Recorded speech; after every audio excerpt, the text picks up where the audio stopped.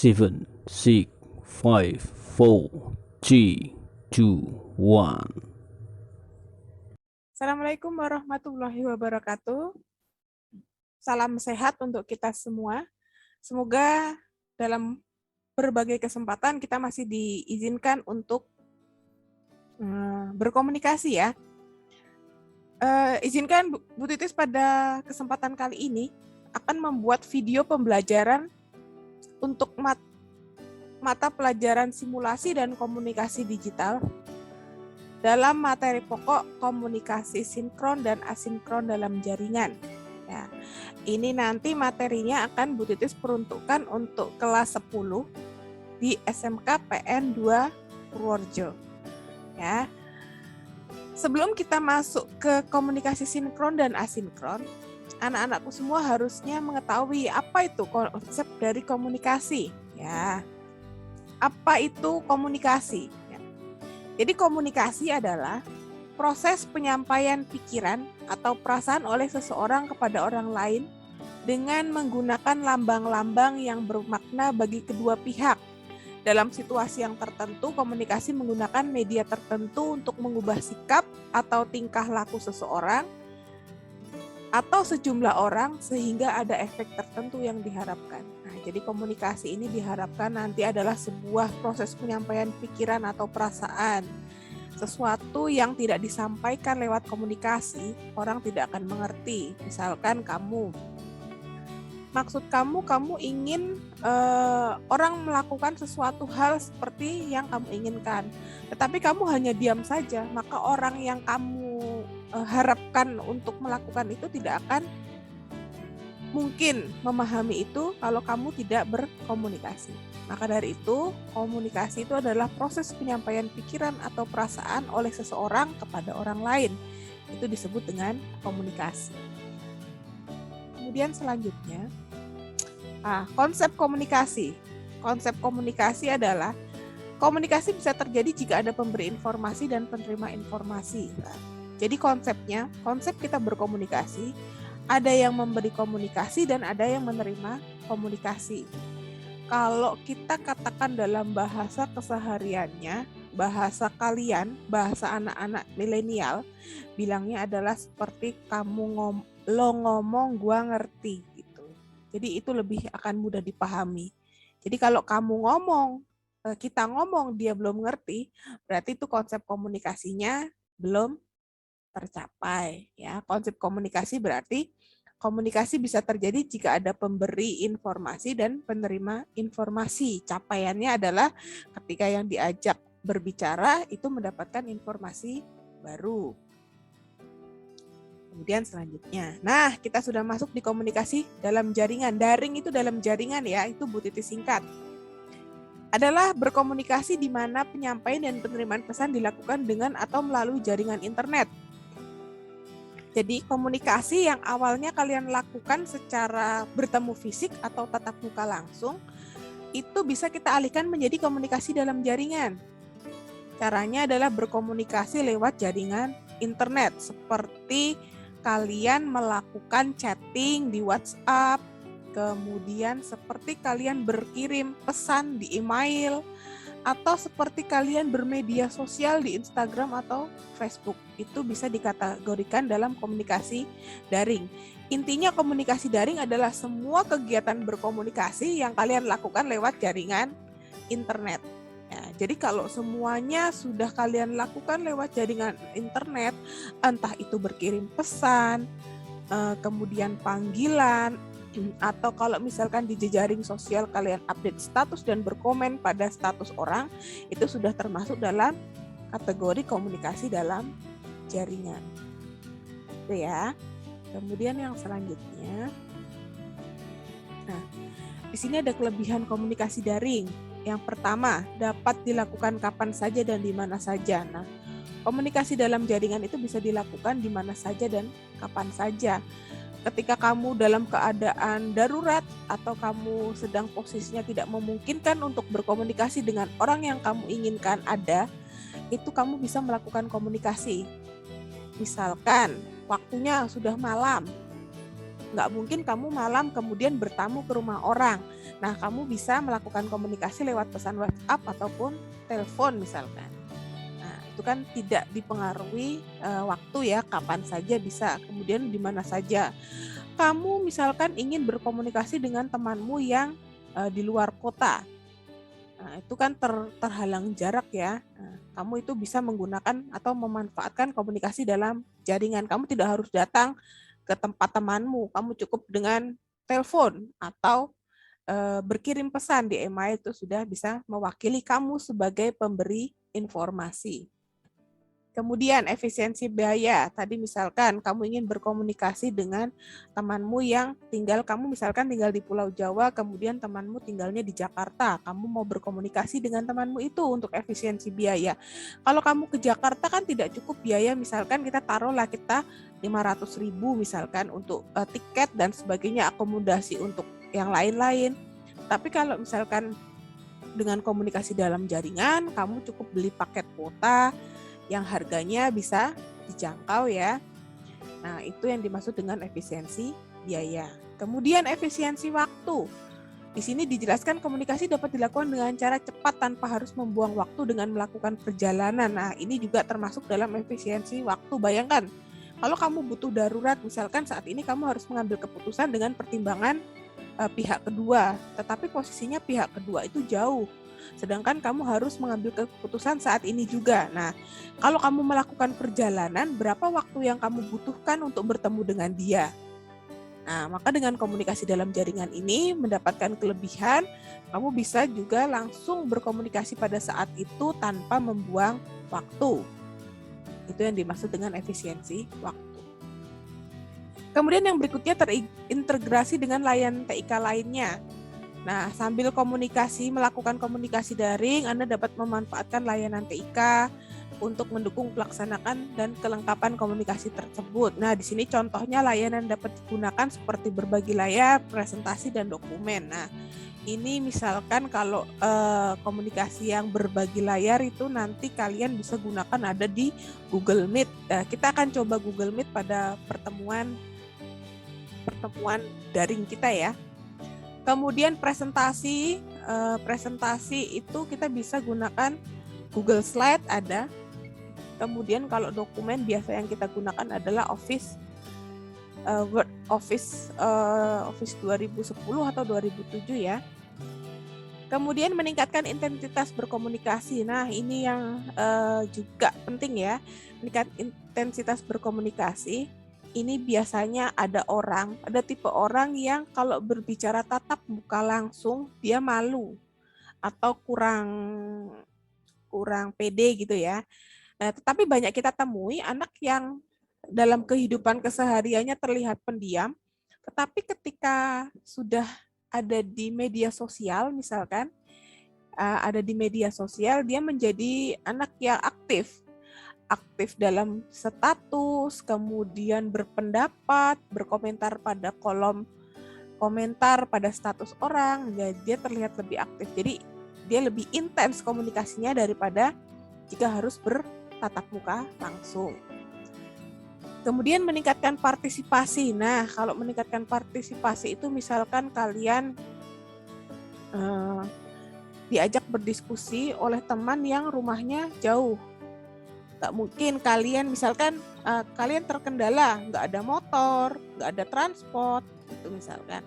Tapi dengan meningkatkan partisipasi ini nanti kalian bisa bergabung hanya dengan yang penting kalian punya smartphone atau sudah menginstal aplikasi pendukung komunikasi dalam jaringan, misalkan seperti itu. Kemudian lagi yang berikutnya, tapi juga ada kelemahannya ya. Kelemahan komunikasi daring itu tidak mewakili emosi pengguna. Jadi kalau kamu mau marah-marah, kamu mau senang banget, atau kamu sedih, itu kalau di komunikasi daring ya tidak terlalu mewakili. Sebetulnya ya bisa saja sih kalau pesan itu misalkan kalau marah, kamu tulis dengan kapital, misalkan. Apalagi sekarang ada ikon-ikon itu ya. Kalau marah itu ada ikon marah, kalau sedih ada ikon sedih. Kemudian kalau kamu lagi jatuh cinta di sana sudah disediakan ikon love, hati dan sebagainya. Kemudian memerlukan perangkat khusus. Nah, ini memerlukan perangkat khusus maksudnya hardware dan software. Kalian berarti dalam mendukung komunikasi dalam jaringan harus punya hardware. Dalam hal ini perangkat khusus misalkan kalau yang sering kalian gunakan, yang harusnya sudah kalian miliki di masa seperti ini itu adalah smartphone. Ya, sekarang smartphone menjadi barang wajib yang harus dimiliki oleh pelajar karena kita tidak bisa menentukan kondisi di masa pandemi ini. Jadi kita tetap harus melakukan kegiatan pembelajaran walaupun itu nanti dilaksanakan secara daring. Kemudian software. Nah, software kamu harus bisa memilih software pendukung aplikasi. Aplikasi pendukung software itu sama aplikasi ya. Nah, itu nanti kira-kira apa yang mau kamu pakai untuk mendukung komunikasi dalam jaringanmu. Kamu harus sudah mulai menentukan. Kemudian yang selanjutnya adalah terlalu banyak informasi yang tidak penting. Nah, kalau kamu di email, atau kamu di Instagram, atau kamu di mana, itu kan banyak info-info atau banyak iklan-iklan yang menawarkan, itu kan juga termasuk pengganggu fokus ya. Tapi kalau kita sudah terbiasa, kita bisa abaikan itu. Kemudian menyita konsentrasi, nah yang Bu Titis katakan barusan, melakukan komunikasi daring tidak pada tempat dan waktu yang tepat dapat mengabaikan atau menunda hal yang lain, bahkan membahayakan orang lain sendiri. Nah ini kelemahan komunikasi daring, misalkan kamu yang biasa atau sering kita temui itu pengendara sepeda motor misalkan. Dia tetap melakukan panggilan atau mengangkat telepon ataupun sambil chatting sambil berkendara, sehingga dia sangat membahayakan dirinya sendiri dan tentunya orang lain. Itu yang harus kalian hindari ya. Jadi kalau misalkan kalian lagi komunikasi, sebaiknya ya berhenti dulu atau stop dulu. Lakukan komunikasi, kalau dirasa cukup baru kalian lanjutkan perjalanan. Sebaiknya seperti itu. Kemudian yang selanjutnya, nah di sini ada jenis komunikasi dalam jaringan. Kita sudah masuk dalam jenis komunikasi dalam jaringan. Yang pertama adalah komunikasi dalam jaringan sinkron. Sinkron adalah menggunakan komputer sebagai media yang terjadi secara serempak atau waktu nyata, real time. Jadi komunikasi daring sinkron itu komunikasi yang terjadi dalam satu waktu, waktunya bersamaan, waktunya nyata atau real time. Sebagai contoh seperti ini. Misalkan Bu Titis mengirimkan pesan WA kepada, Bu Titis ulangi. Bu Titis ingin berbicara dengan kalian yang harus langsung mendapat balasan. Maka komunikasi sinkron yang Bu Titis pilih adalah komunikasi lewat panggilan video misalkan. Panggilan video kalian Bu Titis rasa sudah sering ya melakukan itu ya. Panggilan video itu kita bisa langsung mendapatkan jawaban, langsung melihat wajahnya, langsung bertatap muka, langsung bisa berinteraksi kalau lewat panggilan video. Itu sinkron ya, jadi waktunya serempak. Kamu tanya, langsung dijawab. Begitu maksudnya. Kemudian untuk yang berikutnya, yang jenis komunikasi yang kedua adalah komunikasi komunikasi daring asinkron. Adalah komunikasi menggunakan perangkat komputer dan dilakukan secara tunda. Nah ini. Komunikasi daring asinkron juga sering kita gunakan. Misalkan Bu Titis kasih pesan ada di penggunaan WhatsApp. WhatsApp itu bisa jadi komunikasi sinkron dan asinkron karena WhatsApp bisa panggilan video dan juga bisa pesan. Nah, kalau asinkron itu misalkan begini, kalian kirim pesan ke teman. Kamu kirimnya jam 7 pagi. Ternyata temanmu belum balas, baru dibalas pada pukul 9 pagi. Jadi komunikasi itu termasuk komunikasi yang bersifat tunda karena kamu tidak mendapatkan balasan pada waktu atau jam yang sama seperti itu. Jadi pahami ya. Kemudian yang berikutnya adalah, nah di sini ada ciri komunikasi.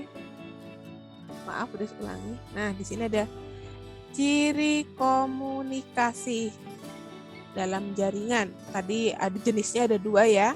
Ciri komunikasi sinkron. Nah, tadi sudah Bu Titis jelaskan. Yang pertama, dilakukan secara real time. Itu adalah dalam waktu yang serempak atau bersamaan. Tadi Bu Titis contohkan sudah, misalkan kita melakukan panggilan video atau kita melakukan Vicon pada Google Meet. Nah, ini kan bisa langsung terjawab, bisa langsung tersampaikan apa yang kita mau, kemudian kita mendapat respon. Kemudian komunikasi dilakukan secara dua arah. Jadi ada yang mengirim pesan, ada yang mengirim pesan, ada yang membalas pesan. Kemudian ada yang memberi informasi, ada yang menerima informasi. Maksudnya seperti itu. Kemudian ada lagi ciri komunikasi asinkron. Itu dilakukan secara tunda. Secara tunda tadi sudah Bu Titis jelaskan adalah dilakukan secara tunda, tidak dalam waktu yang bersamaan. Tadi Bu Titis contohkan seperti mengirim pesan WA yang kalian kirim jam 7 pagi, kemudian baru terbalas pada jam 9. Itu secara tunda. Kemudian yang berikutnya dilakukan satu arah. Nah, satu arah ini maksudnya kalian mengirim pesan, belum tentu ada yang membalas pesannya. Begitu ya. Misalkan seperti itu. Berikutnya. Nah, sekarang kita sudah masuk pada komponen pendukung komunikasi dalam jaringan. Yang pertama adalah komponen hardware, kemudian komponen software, dan komponen brainware. Sekarang kita coba amati analisis satu persatu dari 3 komponen pendukung komunikasi dalam jaringan ini ya. Yang pertama adalah komponen hardware. Komponen hardware biasa kita sebut dengan perangkat keras. Nah, silakan Bu Titis bacakan dulu. Perangkat yang berbentuk dapat dilihat ataupun diraba oleh manusia secara langsung atau berbentuk nyata. Nah, di sini contohnya sudah ada komputer, headset, mikrofon, serta perangkat pendukung koneksi internet. Nah, mungkin untuk peran komputer di sini untuk saat ini mungkin tergantikan dengan smartphone kalau kalian ya Android. Nah, jadi komponen hardware yang bisa kalian gunakan pada komunikasi dalam jaringan itu komputer bisa, kemudian yang sekarang lebih berperan atau lebih banyak digunakan oleh kalian khususnya pelajar itu adalah smartphone. Kemudian headset dan mikrofon. Nih headset untuk mendengarkan kalau kamu pakai komputer ya. Sebetulnya kalau kamu pakai laptop ya, sebetulnya bisa sih tidak pakai ini, tetapi untuk Bu Titis sendiri lebih senang menggunakan headset dan mikrofon. Ya, ini mikrofon. Kemudian perangkat pendukung koneksi internet itu seperti modem atau kalian kalau di tempat kalian misalkan modem ya, kalian sering pakainya modem, atau kalau di smartphone sudah langsung terhubung dengan jaringan internet ya. Kemudian yang berikutnya adalah komponen perangkat lunak atau software. Nah, kita biasa sebut software itu aplikasi. Jadi program komputer yang berguna untuk Titis ulangi, program komputer yang berguna untuk menjalankan suatu pekerjaan yang dikehendaki. Program diperlukan sebagai penjembatan antara perangkat akal brainware dan hardware. Jadi ketika ada ada hardware, ada software, kemudian nanti yang terakhir ada brainware. Nah, software ini diperlukan sebagai jembatan penghubung. Jadi kamu punya smartphone, kalau nggak punya softwarenya buat pendukung komunikasi dalam jaringan ya tidak terjadi komunikasi dalam jaringan. Jadi peran software ini juga sama pentingnya dengan hardware. Sekarang dibalik, kalau kamu punya software nggak punya hardware, lah softwarenya ini mau terinstall di mana atau mau terpasang di mana, maka juga repot. Makanya peran hardware dan software itu adalah sama pentingnya. Softwarenya seperti apa? Contohnya di sini sudah Bu Titis tuliskan. Contoh-contoh software pendukung software pendukung atau aplikasi pendukung komunikasi dalam jaringan itu seperti Classroom, Google Meet, WhatsApp, dan sebagainya yang sering kalian pakai ya.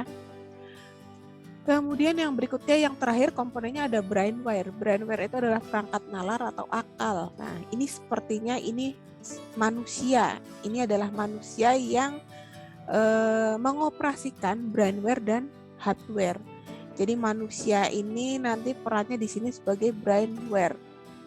Kalian, manusia, ini kalian ini ya.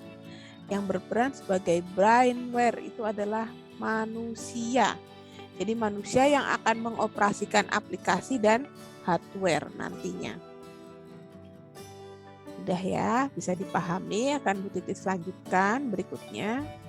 Nah, ini aplikasi pendukung komunikasi dalam jaringan. Tadi sudah disampaikan.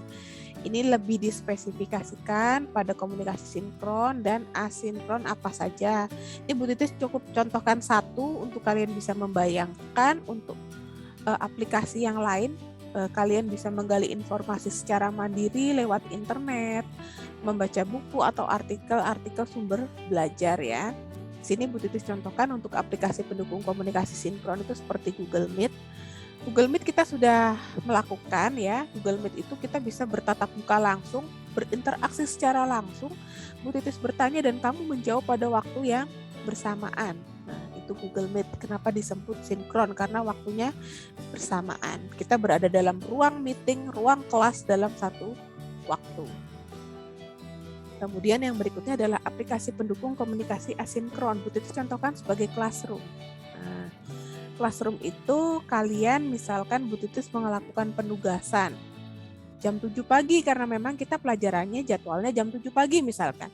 Tapi karena satu dan lain hal kamu baru mengirimkan tugas pada jam 9 atau kamu baru melihat notif ada tugas simulasi digital pada pukul 1 siang. Maka pada pukul 1 siang kamu baru mengerjakan tugas kemudian baru dikirim. Nah, jadi itu adalah komunikasi asinkron untuk Google Classroom. Begitupun dengan presensi, kalian Bu Titis ngirimnya jam 7, kamu baru presensi jam 9 misalkan. Itu kan waktunya tunda tidak bersamaan begitu ya. Nah, di sini adalah fungsi komunikasi dalam jaringan. Sebagai informasi, komunikasi dalam jaringan sebagai sumber informasi. Kamu mendapatkan informasi dari komunikasi dalam jaringan, sudah barang tentu itu.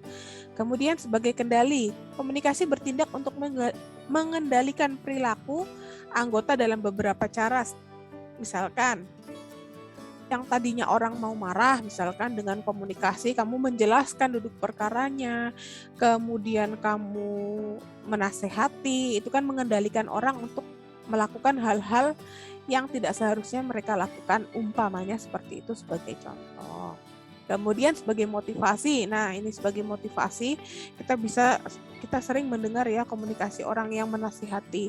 Tadinya orang itu misalkan ada teman kita yang pesimis dengan apa yang akan dia lakukan, tetapi dengan berkomunikasi kita memberi motivasi, orang itu menjadi lebih bersemangat dan lebih percaya diri misalkan seperti itu.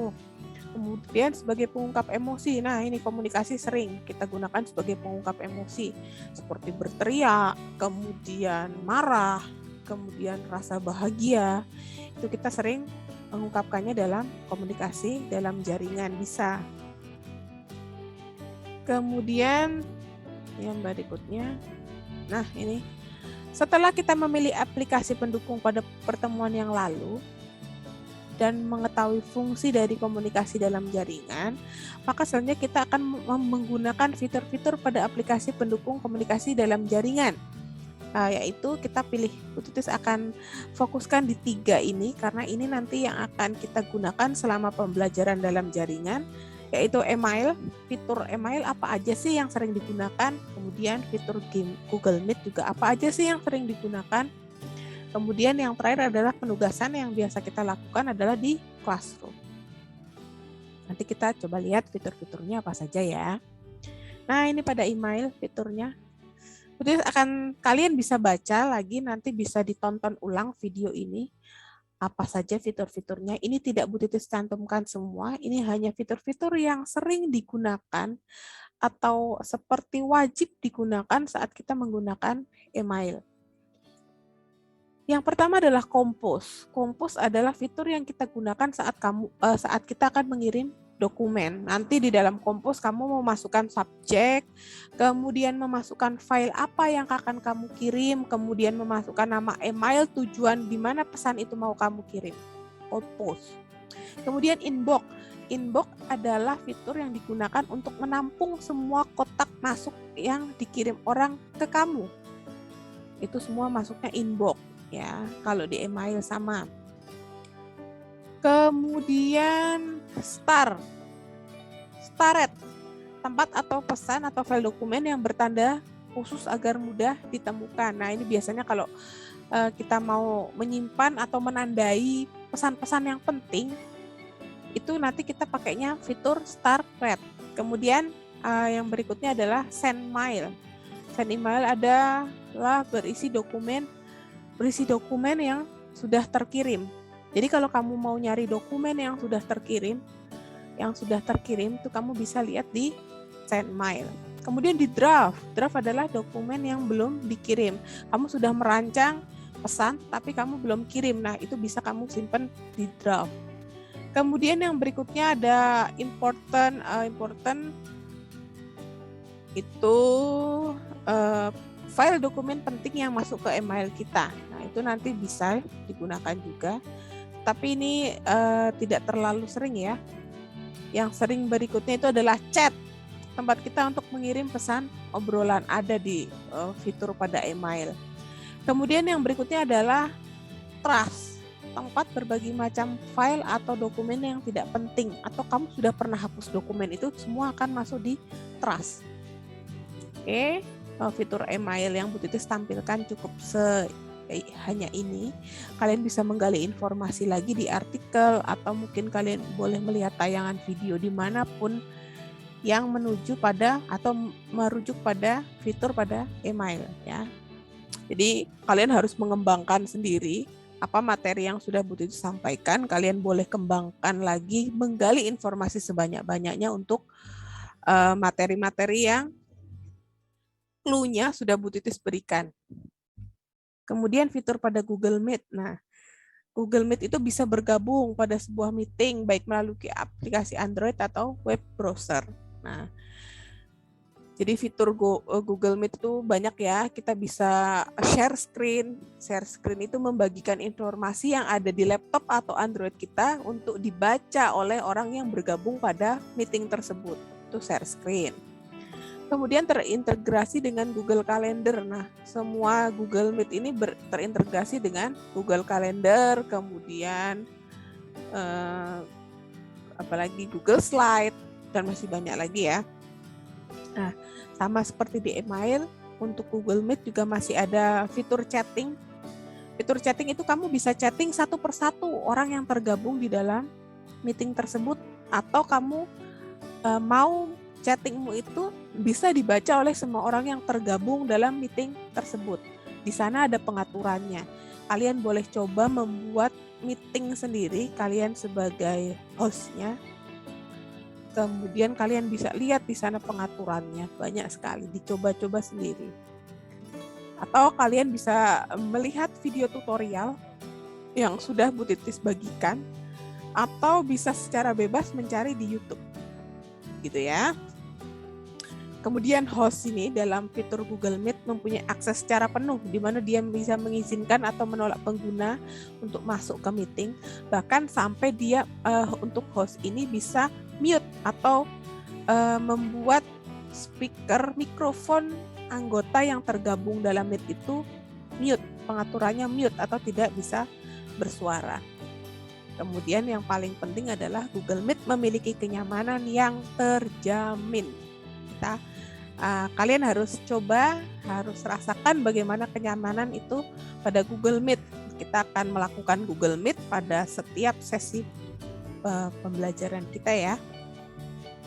Nah, kemudian yang terakhir adalah fitur pada Google Classroom.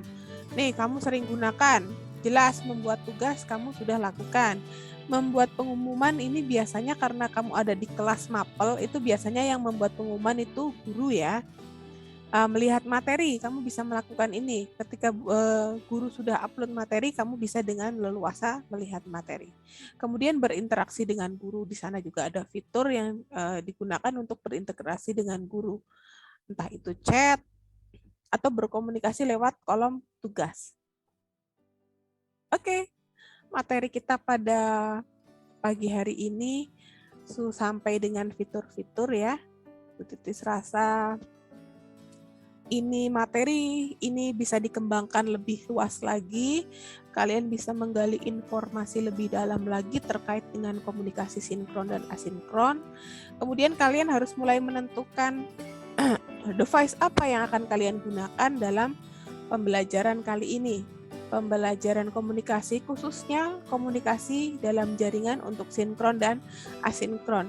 Kemudian ketika kalian sudah menentukan hardware-nya atau device-nya, kemudian kalian segera memilih untuk aplikasinya. Bu Titis menyarankan agar kita seragam, silakan untuk aplikasinya dipilih. Untuk yang sinkron nanti kalian menginstal Google Meet. Kemudian untuk yang asinkron kalian memiliki Classroom karena semua penugasan nanti akan Bu Titis letakkan di Classroom. Ya, nanti di Classroom Bu Titis akan upload bahan tugas, materi hingga presensi. Nanti akan Bu Titis letakkan di sana. Oke, Bu Titis rasa materi hari ini cukup. Bu Titis tidak bosan mengingatkan kalian untuk tetap semangat walaupun pembelajaran dari rumah, walaupun semua aktivitas kita lakukan secara daring. Semangat harus tetap dijaga, kondisi kesehatan harus tetap dijaga, komunikasi dengan pihak sekolah dan teman-teman juga harus tetap berjalan. Kemudian jangan lupa untuk ibadah, sholat 5 waktu jangan dilupakan. Karena sebesar apapun kalian berusaha di dunia ini tanpa ada hubungan dengan Allah itu akan menjadi kurang maksimal. Ya. Ingat, masa pandemi tetap harus menjaga kondisi tubuh, kondisi hati, dan pikiran kalian. Tetap patuhi prokes kesehatan dengan memakai masker, mencuci tangan, mengurangi mobilitas, dan menghindari kerumunan. Berusaha di rumah saja dulu sampai pandemi selesai. Kalau terpaksanya keluar ya harus dengan prokes yang ketat. Semoga kita semua terhindar dari segala bentuk macam penyakit. Semoga pandemi segera berlalu dan kita dipertemukan kembali. Akhir kata Bu Titis ucapkan terima kasih kepada kalian. Assalamualaikum warahmatullahi wabarakatuh. Tetap semangat di rumah saja, tetap belajar dan tetap memegang teguh konsekuensi kita sebagai pejuang pendidikan. Semangat!